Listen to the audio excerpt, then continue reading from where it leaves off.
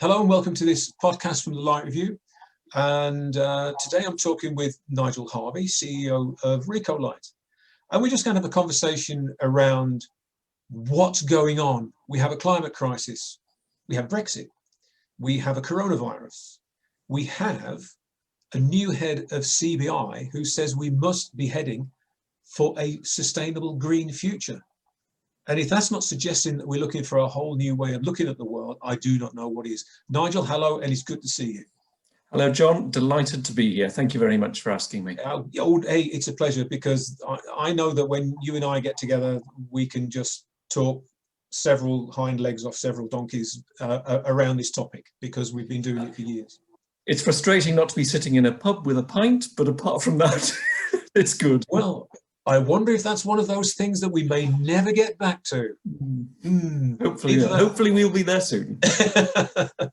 Yeah, we'll probably have it'll be two ponies and traps, and we'll meet halfway. Fair enough. Something of that.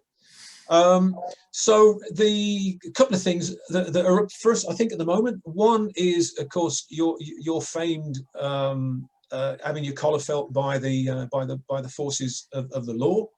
At a couple of Extinction Rebellion events, and your court case is coming up, and you tell me you're going to be pleading not guilty in order that you can have your day in court. That's right. And I chose to be arrested. I could have got up and walked away, but I knew that it was likely to happen, and I carried on doing what I was doing because I wanted to raise awareness of the need for real action on the climate crisis. My first arrest was in October 2019, on a second time, more socially distanced, but in September 2020.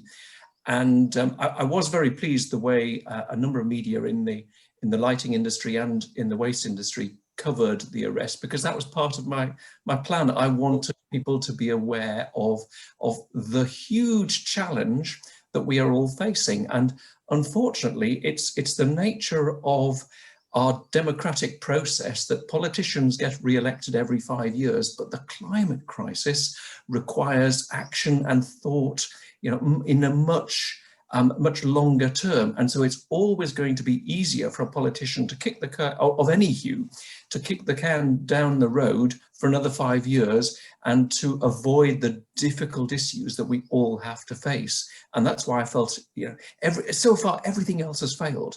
Writing to MPs has failed. Raising the issue, reducing your own carbon footprint. I've spent a decade trying to reduce my own carbon footprint, and yet, as I'm sure you have and many others have, and yet the emissions keep on rising. And so it seemed that the approach of Extinction Rebellion, who look to use peaceful, non-violent civil disobedience as a way of raising the ante, seemed entirely appropriate to me. It worked for the civil rights movement in the US. It worked for Gandhi in India, looking for Indian independence. And I think it can work to really drive the real policy changes that we need on the climate crisis as well. Yes, and you sort of dive straight into the political issue, which I thought we might. Are we going to talk about politics? Well, what I've found from my point of view is that it brought up thinking in my head, and I'm going, no, John, that's not what you do. You are fundamentally a liberal Democrat. That's not a liberal Democrat.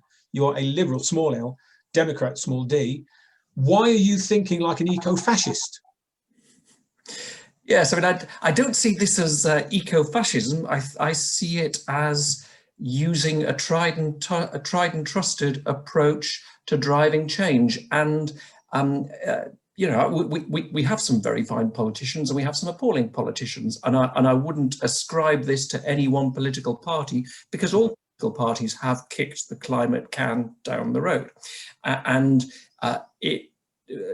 therefore it needs a different approach if we're going to really bring this right up the agenda. And it is getting further up the agenda now. I mean, it's the fact that Trump is no longer in power means that the current Conservative government has greened its agenda very quickly. Well, that's convenient, and we've obviously got to be giving really strong climate leadership at the COP in this November. But that that said, there is still a huge amount to be done. This approach is still really important. We talk about top down and we talk about bottom up in terms of change, and of course, Extinction Rebellion type of events. The Gandhian approach is a bottom up approach. The top down approach is one which I think that's the eco-fascist approach. Actually, the top down one that's the one that says you will do what I say, and therefore who I am becomes vitally important as to whether we get to the right place.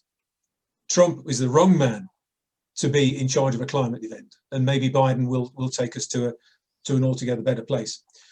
It comes around then to the other thing that Recolight announced this week about the intention to go carbon neutral by 2030. Now that's a bottom-up event, because what you're doing is as a discrete group of people is to say we're now going to change the way that we work. We're going to do things differently in order to achieve, in a sense, the same end. Recolight will still be Recolight, but you're getting there in a different way. That's right, and people, obviously we're involved in recycling, and you would say, okay, great, recycling, good thing. They don't need to worry about their carbon footprint, but we do. And just as much as any other business, we've got to look at the way we're operating and see what we can change to make it better. And it's not going to be easy. We're only a small company, and the biggest part of our carbon footprint is almost certainly the diesel wagons thundering across the length and breadth of the United Kingdom, picking up containers full of waste lamps and dropping them off at recyclers. And changing that is not going to be easy, because there aren't yet green powered alternatives to that are readily available to diesel wagons. So we've got our work cut out, but at the same time we thought it was absolutely right to make this commitment. Having said that, though, I was uneasy about making a commitment for 2030, because 2030 is still a long way away. That's 10 years away. And I didn't want to give the impression equally that we were somehow kicking the can down the road. And so we're looking to make some incremental changes as quickly as possible, and to move us towards being carbon neutral by the latest by 2030. Because 10 years is too long. Yes, it is. Yeah. Well, we know that. One of the important things about a bottom-up approach is that you have to bring people with you. The easy thing about the top-down approach is you just tell people what to do, and they will grumble, but they will be forced to do it, or you lock them up. Whereas if we're doing bottom-up kind of approaches, then we have to look for the exemplar companies, the exemplar individuals who are saying, this is what I have decided to do, and I will, I will let you know how this works, because if I'm doing it, then it might be something that you can do, which then suggests, and this is something I think I talked to Suzanne about the other day, that we've got 9 years of potential reporting on the Recolight adventure to get to carbon neutrality, and there will be people out there following in your wake, I hope. And I think, and that's one of the reasons why 9 years, 10 years is too long, because we need those people going, I'm here, just tell me what to do. Yeah, and you're right, you need the exemplar companies, and I would hope we are providing some leadership, whereas as far as I'm aware, the first WE scheme in the UK and possibly right across Europe that's made this commitment, but I'm sure absolutely sure that we won't be the last, and we're making the commitment well before there is any mandatory legislation applying to companies like ourselves. But it's the right thing to do, and I think it's the right thing to do not just because I'm passionate about it anyway, but also I think it's the right thing for Recolight to be showing leadership in this. We are very much operating in the green space anyway, so it fits entirely with our brand and our vision and our mission. But also I think in the long term, it will be the right thing to do commercially as well, because larger businesses are going to need to be doing the same thing, are going to need to show that they are becoming carbon neutral. And one of the best ways of doing that is to also have suppliers that are already doing the job for you. And so I see this as actually completely right from a moral standpoint and a social responsibility standpoint, but also ultimately from a commercial standpoint as well. Right. Let's pretend that there's someone listening to this and they're going, it all sounds very good. What are they talking about? Why does this matter? What is this carbon neutrality of which they speak? Why is it important? Why is it important, Nigel? I would hope there aren't too many people out there that I talk to in actually in the street at the moment, because you can't, can you?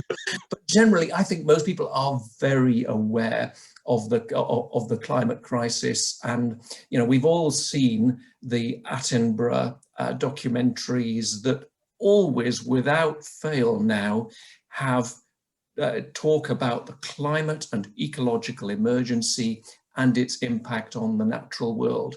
Just these last couple of weeks or so, I watched another one called Perfect Planet, David Attenborough.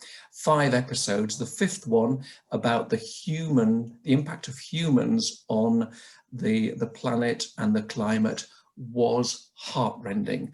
And I would encourage anybody who has any doubts that the climate crisis is not a real and present danger to watch that series. I mean, David Attenborough is one of our most trusted voices, not just in the UK, but globally. There are very few people who can stand up and say something, and we will all respect them for it more than David Attenborough. And what he says from the heart, and he shows us the scale of problem that we are all collectively facing as a result of what we've been doing to the planet. So if anybody really wants to, it's on a media platform somewhere. It'll be on iPlayer or somewhere. It's certainly on iPlayer, yes, and it might be Netflix as well, but certainly on iPlayer. So get out and watch it, because it really explains the whole lot, and it is vitally important. And it also then highlights the next bit, which is when we all have to say, that includes me. This is not something that's happening over there.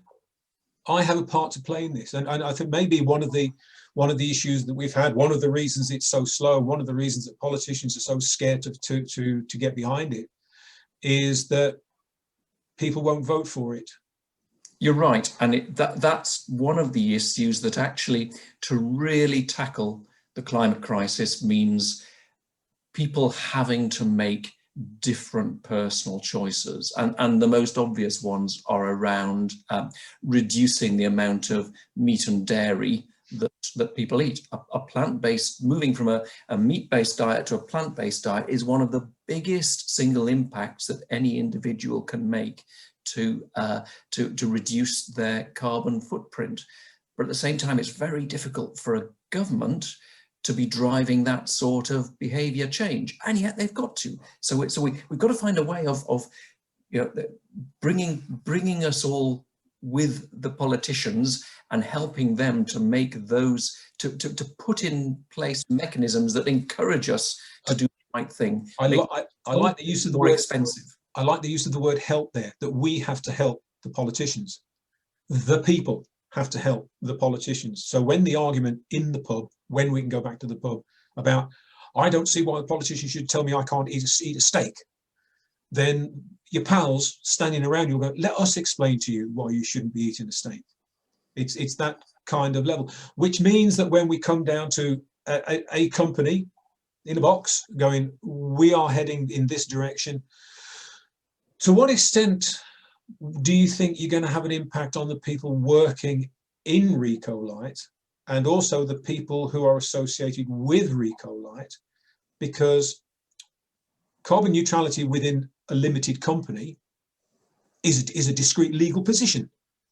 But there are people working for that company, and if they're still flying off to the Bermudas for their summer holidays, it's not particularly helping. So do you think it's working inside the company? And also then in your supply chain, because it's beyond the diesel, isn't it? It's beyond the diesel trucks. It's where the recycling happens. It's the amount of energy that it takes to smelt down that old aluminium or that old steel, or to treat the plastics or whatever it is that's going on. And all of that has got to be brought in.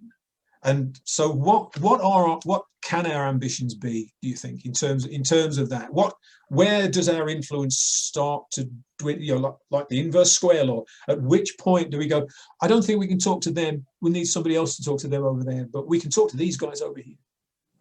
At Recolight, we've got a fantastic team of people who are really committed to what we do, and really committed to providing a good service to both the members of our scheme and the organisations from which we collect waste lamps. I think if we were to be sitting with a group of them, they'd all say recycling is important, not just because they work with Recolight, but because they consider it an important part of your social responsibility. Is everybody yet on entirely the same page about doing everything, maximising that, what they could be doing in terms of climate change? Well, I'm not. And neither are they. There are still things that I do that I know I could change that would be better for the environment. And I think taking a non-judgmental approach is really important. That actually what we have to do is to try to get the systems changed to make it easier to do the right things, harder to do the wrong things, but ultimately not shame people for doing certain things and not doing other things. As regards the suppliers, you're right. We're in a quite different relationship there, and we pay our suppliers to collect waste lamps or to recycle the waste lamps and other materials as well. And we've told them already that by the end of this year, when we run our next tender, we will be judging their tender submissions, and 25% of the points will be allocated to companies that are demonstrably got plans in place, or are better still are taking actions to move towards carbon zero. And so that's an important signal, and making the signal now, whereas when the tender is at year end, gives them the opportunity to start to put the changes in place to be successful. And ultimately, therefore, we will have to select those businesses that we work with for the long term that are coming with us. And those that are coming with us will do better, and those that are not coming with us will not do as well in our tender. But we've also tried to give a bit of carrot as well. So we've also announced that we will be making available up to £50,000 for one, possibly more than one company, to come up with some sort of demonstrator low or no carbon collection system or recycling system. And it might be PV panels being installed at the recycler site. It might be some sort of electric vehicle based collection methodology. It might be something else. But hopefully that those two approaches, the carrot of a £50,000 opportunity now, and the of more business if you're doing the right thing at year end, should help encourage people to be working with us and doing the right thing. And the truth is, we've made the request now. In a year's time, half a dozen others will be making the same request as well. I've no doubt that others will be challenging those companies that work with us in exactly the same way. We're just giving them first mover opportunity. Yeah, and I think probably the difference now between possibly now and 10 years ago is that if you'd asked that question 10 years ago, even the science wasn't anywhere close to where we need it to be. But today, some of the the good news stories are what's coming out of science and technology about recycling and recovery techniques. So the difference would be 10 years ago, you can ask the question, but there's actually no way of doing it.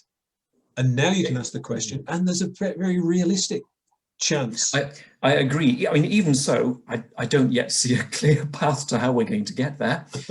But but I'm determined to get there, and we will have to work with others to create the map as we find our way. Yeah, and of course, in 9 years' time, there will not be any fluorescent tubes or filament lamps or metal halide lamps left. Probably, you will. I think there will still be some, but you're right. It'll be much fewer. But in terms of the long term, absolutely, it's our service, whatever it is we're collecting in 9 years' time, because we collect also a lot of other general waste, fittings, batteries, and so as our service evolves, we will need to make sure that we are carbon neutral. Although at the moment, the biggest part of our service is undoubtedly waste lamp collections. Yeah. I'm having lots of interesting conversations with manufacturers, with sort of senior managers in the lighting industry about the effect of coronavirus and what that's had on the way that people are doing their business. There are interesting conversations going around whether the past 12 months or so is actually a dry run for the future. Someone described it to me the other day, and this could be the second industrial revolution. And I went, that can't be right, can it? I mean, we've learned how to fly for a start. But I was thinking about that. Well, 250 odd years ago, when this crazy experiment to make machines go quicker and then put them on wheels so that we could go anywhere faster, and that experiment is now completely and utterly out of control, because that's why we're in the position that we're in.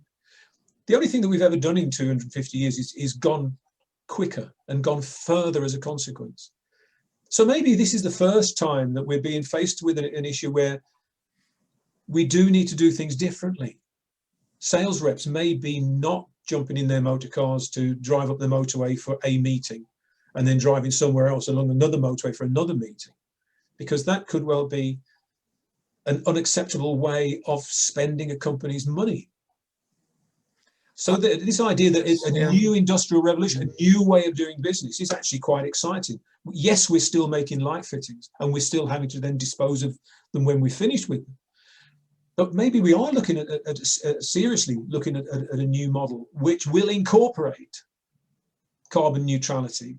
And I think that's something that warms the cockles, as it were. But there is then you get we all get the blank-eyed stare that goes, I've no idea how to do it. It's certainly going to change the way that Recolight operates.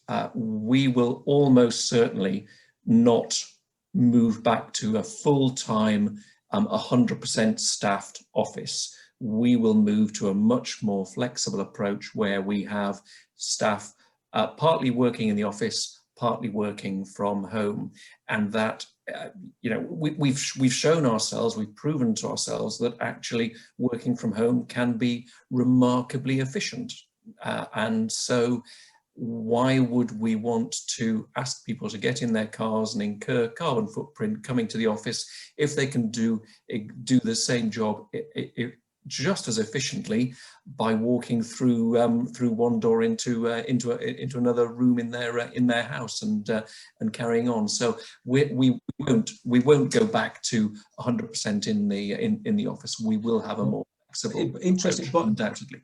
By extension, I've just been planning a piece on the future of home working, which we've only just started it, but there's an awful lot of people out there who do not have an appropriate home environment within which to work full time. But we're also conscious that the high street is in crisis. We've got loads of empty shops, and whether it's 1,000 square foot or 10,000 square foot or 30,000 square foot, they're all empty. So we've got people who don't necessarily want to go to the office, but are fed up of having to work on a laptop sitting on their bed or in amongst all the breakfast dishes. So maybe there's a home working which is an away from home working, because somewhere there's a little modular pod that they can go and settle in for half a day, paid for by the employer, no doubt. It's quite possible, but equally, some people like going into the office, and Yeah. we want to stop them. And some people, you're right, do have a home environment where working from home just isn't really that straightforward for lots of reasons, personal reasons, space reasons, etc. And so that's why I said a flexible approach. And it will work for some people and it won't work for others. There may be intermediate solutions, like a very local office in which you can work from home from next door, as it were. Yeah. And I think we will have different approaches for different individuals. But what's quite clear to me is that the technology means that we can do our job just as well wherever we are based. There is an ingredient we need to watch carefully, and that's teamwork and team culture and supporting each other. And again, when we first started this, I was really worried that would be a significant challenge. And yet, what we found is that people using the technology, using Teams and messaging through that, and having video calls like this, have actually been able to support each other remarkably well, even though we're they are remote. Recruiting new people is undoubtedly a challenge, and actually when you're in a business where what you do is sit beside somebody and talk them through how you work, that becomes a lot harder without some face-to-face contact. But that's I don't see us disappearing entirely from offices. Yeah, flexibility, as you say, is the magic word here that we must never lose sight of. And also, conscious that we're part of the construction industry, and the construction industry tends to have physical buildings which are placed in all kinds of awkward positions.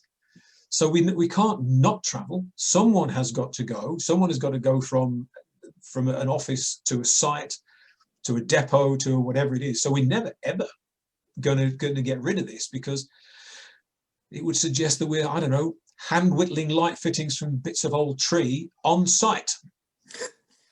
And that's why when we were talking about carbon footprint, we were talking about contractors, because the carbon footprint of our office is probably 1% of our operation.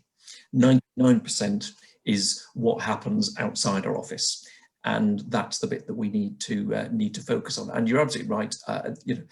Those of us who work from offices can take this flexible approach, but clearly there is a physical aspect to the operation that isn't going to change, because it's a fundamental part of what we do.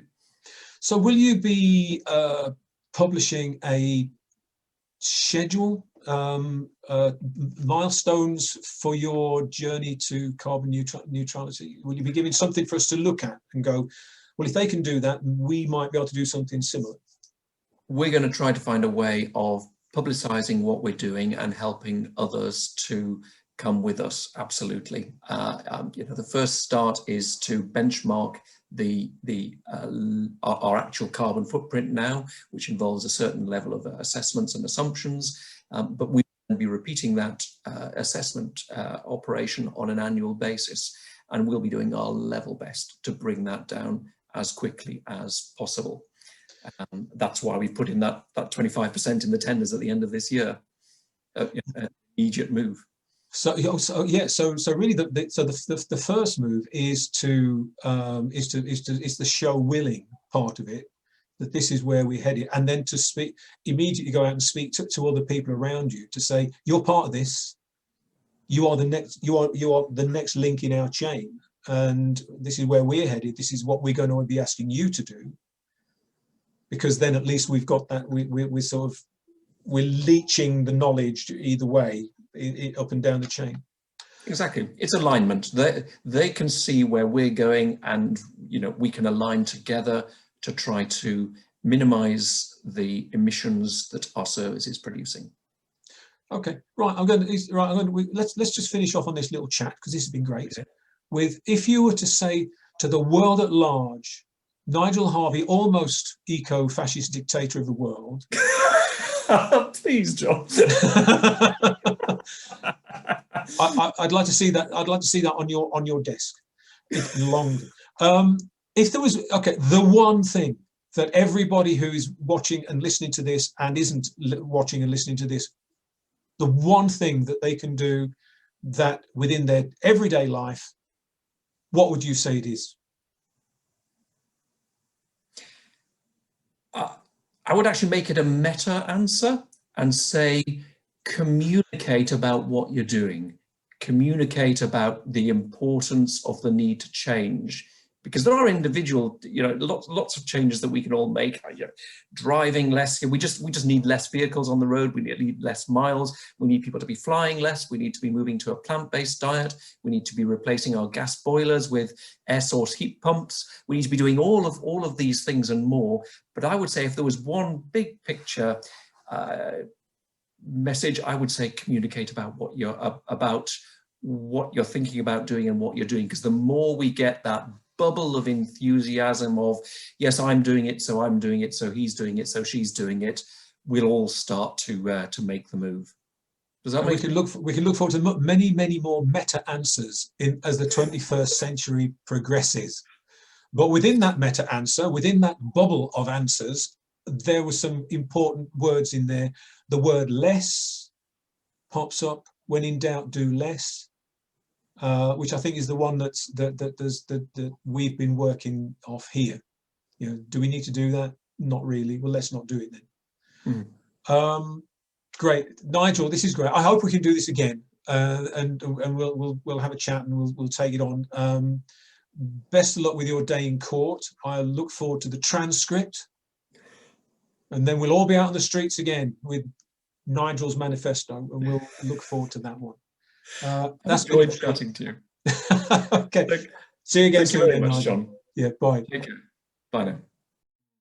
Actually, what I didn't mention, and partly because it's actually a very, to mention it at first sounds a little strange, and I took a little while to get convinced by it, but is the Extinction Rebellion demand for a citizens' assembly. And this is a great way to actually get people engaged, and you recognize that politicians only take decisions every 5 years, and instead you get a group of people to say, look, here are the hard choices we've got to make. How should we make them? And when you get a group of people representative of the broader population making those recommendations, they are much more powerful than the top-down approach.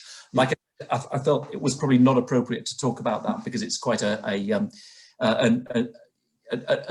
concept that would be strange to people at first, coming from a parliamentary democracy where obviously Parliament is sovereign, which is right. Don't be surprised if this little bit of footage ends up on the end of the main piece.